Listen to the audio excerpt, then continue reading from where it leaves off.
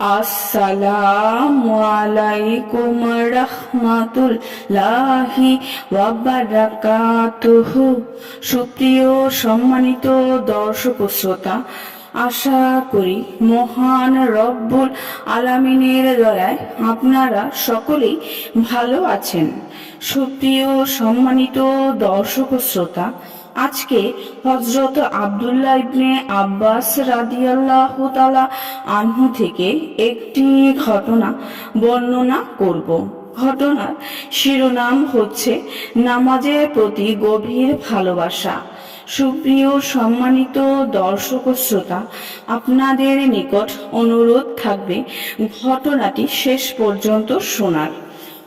যখন হযরত আব্দুল্লাহ ইবনে আব্বাস রাদিয়াল্লাহু তাআলা আনহুর দৃষ্টিশক্তি শেষ হয়ে যায়, তখন একদিন এক ব্যক্তি এসে বলল, আমি আপনার চোখের চিকিৎসা করব, তবে শর্ত হলো আমি যা বলি তা ধৈর্যের সাথে পালন করতে হবে।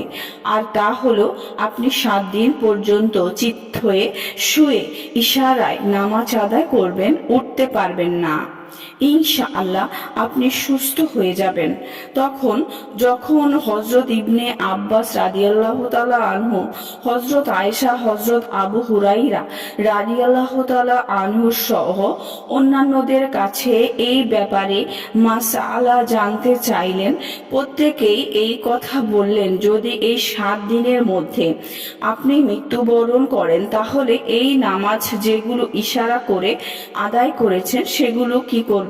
অর্থাৎ নামাজগুলো তো পুনরায় পড়তে হবে, আপনি তো তা পারছেন না।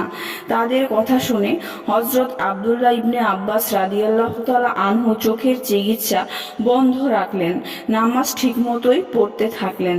অন্য বর্ণনায় এসেছে যে হযরত আব্দুল্লাহ ইবনে আব্বাস রাদিয়াল্লাহু তাআলা আনহু বললেন, আমার দৃষ্টিশক্তি লোপ পাওয়ার পর এক ব্যক্তি এসে বলল, আপনি কয়েক ওয়াক্ত নামাজ ছাড়লে আপনি আপনার চোখের চিকিৎসা করতে পারি।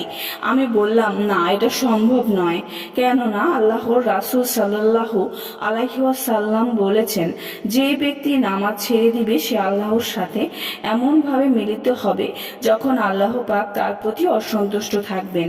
প্রিয় পাঠক, হযরত আব্দুল্লাহ ইবনে আব্বাস রাদিয়াল্লাহু তাআলা আনহুর কাছে নামাজের গুরুত্ব কতই না বেশি, নামাজের প্রতি তার কতই না আগ্রহ।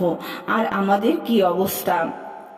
আফসোস আমাদের জন্য, আমরা দুনিয়াবি কাজে ব্যস্ত হয়ে কত নামাজ ছেড়ে দিই, এর কোনো হিসাব নেই। 5 ওয়াক্ত নামাজের আজান আমাদের কানে ভেসে আসে, কিন্তু আজানের মধুর ধ্বনি আমাদেরকে নামাজের দিকে ধাবিত করতে পারে না। অথচ হযরত ইবনে আব্বাস রাদিয়াল্লাহু তাআলা আনহু চোখের চিকিৎসার উপর নামাজকেই প্রাধান্য দিয়েছেন। একেই বলা হয় নামাজের মুহাব্বত। সুপ্রিয় সম্মানিত দর্শক ও শ্রোতা, আজকের ঘটনাটি এই পর্যন্তই।